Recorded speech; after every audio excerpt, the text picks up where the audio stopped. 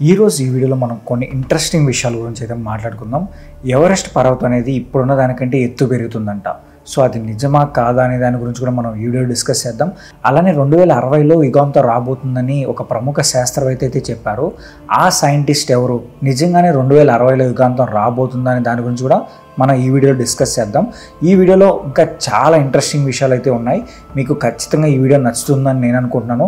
మీరు మా channel subscribe చేసుకున్నారంటే ఇలాంటి మోర్ ఇంట్రెస్టింగ్ వీడియోస్ అయితే నేను మీ ముందుకు వచ్చేస్తాను.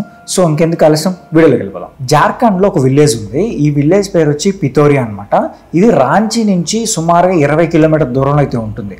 బట్ అక్కడ ఉన్న స్థానికులు ఏం చెప్తారంటే ఈ విలేజ్లో ఎవరు ఉండరు, ఇక్కడ దయ్యాలు భూతాలు ఉన్నాయని చెప్పి ఈ విలేజ్ నుంచి జనాలు అయితే వెళ్ళిపోయారని చెప్పి స్థానికులు అయితే చెప్తూ ఉంటారనమాట. అసలు ఈ విలేజ్ వెనుకున్న కథ ఏంటనేది ఇప్పుడు మనం మాట్లాడుకుందాం. 1857 సంవత్సరంలో విశ్వనాథ్ అనే ఒక వ్యక్తి, అప్పుడు బ్రిటిష్ వాళ్ళు ఉన్నారు కదా, వాళ్ళకి ఎదురెళ్ళి పోరాటాలు అయితే చేస్తూ ఉండేవాడు అనమాట. అయితే ఆ సమయంలో ఆ ఊరి పెద్ద ఉంటాడు కదా, ఆయన ఏం చేశాడంటే ఈ విశ్వనాథ్ అనే వ్యక్తి ఎక్కడ ఉంటాడో చెప్పి బ్రిటిష్ వాళ్ళకైతే పట్టించాడు. బ్రిటిష్ వాళ్ళు వచ్చి ఈ విశ్వనాథ్ అనే వ్యక్తిని పట్టుకొని ఉరి తీశారనమాట. అయితే ఉరి తీసే ముందు ఈ విశ్వనాథ్ అనే వ్యక్తి ఏం చేశాడంటే ఆ ఊరికి ఒక శాపం పెట్టాడు. ఈ ఊర్లో ఎవరు ఉండలేరు, ఈ ఊరు మొత్తం నాశనం అయిపోతుంది, ఈ ఊర్లో ఎప్పుడు పిడుగులు పడుతూ ఉంటాయని చెప్పి ఒక శాపం అయితే పెట్టాడనమాట.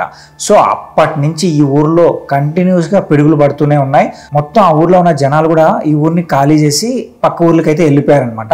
సో ఇప్పటికీ ఈ ఊర్లో పిడుగులు పడుతూ ఉంటాయని చెప్పి అక్కడ ఉన్న స్థానికులు అయితే చెప్తూ ఉంటారు. అయితే ఇదే విషయాన్ని సైంటిస్టులు అడిగితే వాళ్ళు ఏం చెప్తున్నారంటే ఈ ఊరి చుట్టూ కొండలు ఎక్కువగా ఉంటాయి, అలాగే ఈ ఊరిలో ఐరన్ సంబంధించిన ఆనవాళ్ళు ఎక్కువగా కనిపిస్తున్నాయంట.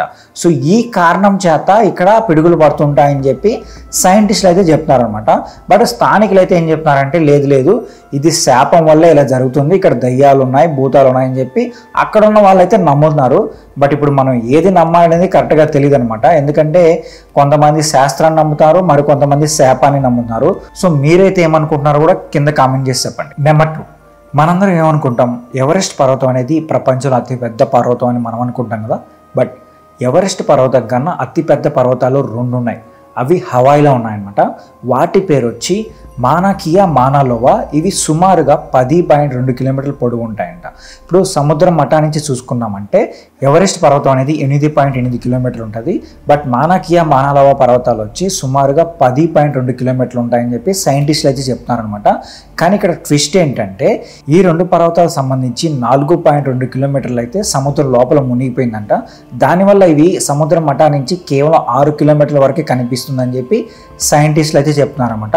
సో ఆ పరంగా చూసుకున్నామంటే ఎవరెస్ట్ పర్వతం కన్నా ఇవి 2 పర్వతాలే పెద్దవిగా అని చెప్పొచ్చు. అయితే దీనిపైన మీరేమనుకుంటున్నారు కూడా కామెంట్ చేసి చెప్పండి. నెంబర్ 3, ఇప్పుడు మీకు ఒక ప్రదేశం గురించి చెప్తాను. ఒక్కసారి ఈ ప్రదేశంలోకి వెళ్ళారంటే మాత్రం ఒక డిఫరెంట్ ప్రపంచంలోకి వెళ్ళినట్టు అనిపిస్తుంది. చెప్పాలంటే ఒక నరకంలోకి వెళ్ళినట్టు అనిపిస్తుంది అనమాట. అంత డిఫరెంట్గా ఉంటుంది. ఆ ప్రదేశం కూడా మన భూమిపైనే ఉంది. ఈ ప్లేస్ ఉత్తర ఆఫ్రికాలో ఉంది. ఈ ప్రదేశం రహస్యంగా ఉంటుంది. ఈ ప్రదేశం పేరు వచ్చి ఇథియోపియా. ప్రపంచంలో అత్యంత వేడి ప్రదేశాలతో పాటు ఇది భూమిపైన అత్యంత పొడి మరియు డ్రై ప్లేస్ కూడా అని చెప్తూ ఉంటారు. ఇక్కడ సగటు ఉష్ణోగ్రత ఏడాది పొడవునా 35 డిగ్రీల సెంటీగ్రేడ్ ఉంటుందంట. ఈ ప్రదేశాన్ని దానికల్ డిప్రెషన్ కూడా అంటూ ఉంటారు. ఇక్కడ భూమి నుంచి ఎప్పుడు మంటలు వస్తూనే ఉంటాయని చెప్తున్నారు. ఇది మాత్రమే కాదు, ఆకాశం నుండి అగ్నివర్షం కురుస్తుందంట. ఈ ప్లేస్లో మనుషులు బ్రతకడం చాలా అంటే చాలా కష్టమనే చెప్పాలి. అయితే ఈ ప్రదేశం గురించి సైంటిస్టులు ఏం చెప్తున్నారంటే కొన్ని లక్షల సంవత్సరాల తర్వాత ఇక్కడ పెద్ద లోయగా మారుతుందని చెప్పి వాళ్ళైతే చెప్తున్నారనమాట.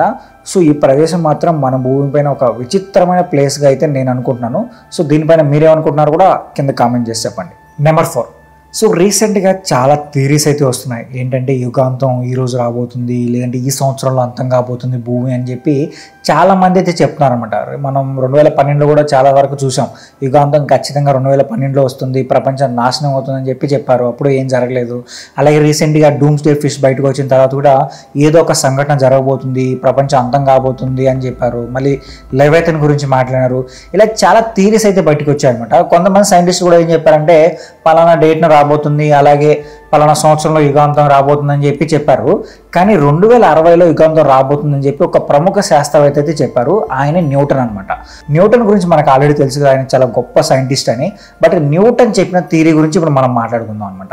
న్యూటన్ రాసిన ఒక లెటర్ అయితే 1930లో కనిపించింది అనమాట. సో ఆ లెటర్ చదివిన తర్వాత ఏమర్థమైందంటే న్యూటన్ కి చాలా అంటే చాలా భక్తి అని తెలిసింది. సో ఆయన బైబిల్ని ఎక్కువగా చదివేవాళ్ళంట. అయితే ఆయన చెప్పిన దాని ప్రకారం మనం ఇప్పుడు మాట్లాడుకుందాం. ఏంటంటే రోమన్ సామ్రాజ్యం స్టార్ట్ అయింది 800 ADలో స్టార్ట్ అయింది. అలాగే బైబిల్లో బుక్ ఆఫ్ డానియల్లో కొన్ని సూచనలు అయితే ఉన్నాయి. అందులో ఏంటంటే 1260 రోజులు అని చెప్పి ఒక సూచన అయితే ఉంది. సో దాన్ని న్యూటన్ ఎలా అర్థం చేసుకున్నారంటే 1260 సంవత్సరాలుగా అర్థం చేసుకున్నారనమాట. ఇప్పుడు రోమన్ సామ్రాజ్యం స్టార్ట్ అయింది 800 AD కదా. ఈ 800 ADని అలాగే 1260 సంవత్సరాలని కలిపితే మొత్తంగా 2060వ సంవత్సరం వస్తుందన్నమాట. అయితే న్యూటన్ చెప్పిన దాని ప్రకారం ఏంటంటే ఇక్కడ ఈ 2060 సంవత్సరంలో ఏదైనా గట్టిగా మార్పులు జరగచ్చు, లేదంటే క్రీస్తు మళ్ళీ రావచ్చు. సో అక్కడి నుంచి కొత్త యుగం స్టార్ట్ అవుతుందని చెప్పి ఆయన అయితే భావించాడనమాట. సో మరి ఇది ఎంతవరకు నిజం అవుతుందో లేదనేది మనం వెయిట్ చేసి చూడాలి. ఇక్కడ నుంచి ఇంకా 35 years ఉంది కాబట్టి మరి న్యూటన్ చెప్పింది జరుగుతుందా లేదనేది. అయితే దీనిపైన మీరేమనుకుంటున్నారు కూడా కామెంట్ చేసి చెప్పండి. నెంబర్ 5, ఎవరెస్ట్ పర్వతం అనేది ఇప్పుడున్న దానికంటే ఎత్తు పెరుగుతుందంట. సో ఇది నిజమా కాదనేది ఇప్పుడు చెప్తాను. 1856లో ఎవరెస్ట్ పర్వతాన్ని కొలిచినప్పుడు అది సుమారుగా 29,002 అడుగులు చూపించింది. ఆ తర్వాత మళ్ళీ 100 సంవత్సరాల తర్వాత కొలిచినప్పుడు అంటే 1955లో కొలిచినప్పుడు 29,029 అడుగులు అయితే చూపించింది అనమాట. మళ్ళీ రీసెంట్గా ఈ GPS పరికరాలు అవి వచ్చిన తర్వాత మరోసారి ఎవరెస్ట్ పర్వతాన్ని అయితే కొలిచారనమాట. ఇప్పుడు ఎంత చూపించిందంటే 29,031 అడుగులు అంటే సుమారుగా 2-3 అడుగులు అయితే ఎత్తు పెరిగిందనమాట. సో దీనికి కారణం ఏముంటుందని చెప్పి సైంటిస్టులు రీసెర్చ్ చేసిన తర్వాత వాళ్ళకి ఏమర్థమైందంటే భూమి కింద ఉన్న టెక్టానిక్ ప్లేట్స్ జరగడం వల్ల ఇలా ఎవరెస్ట్ పర్వతం అయితే ఎత్తు పెరుగుతుందని చెప్పి సైంటిస్టులు అయితే చెప్తున్నారనమాట. సో దీనిపైన మీరేమనుకుంటున్నారు కూడా కింద కామెంట్ చేయండి. అలాగే ఈ వీడియో నచ్చితే మా ఛానల్ సబ్స్క్రైబ్ చేసుకోండి. ఇలాంటి మోర్ ఇంట్రెస్టింగ్ వీడియోస్ అయితే నేను మీ ముందుకు వచ్చేస్తాను.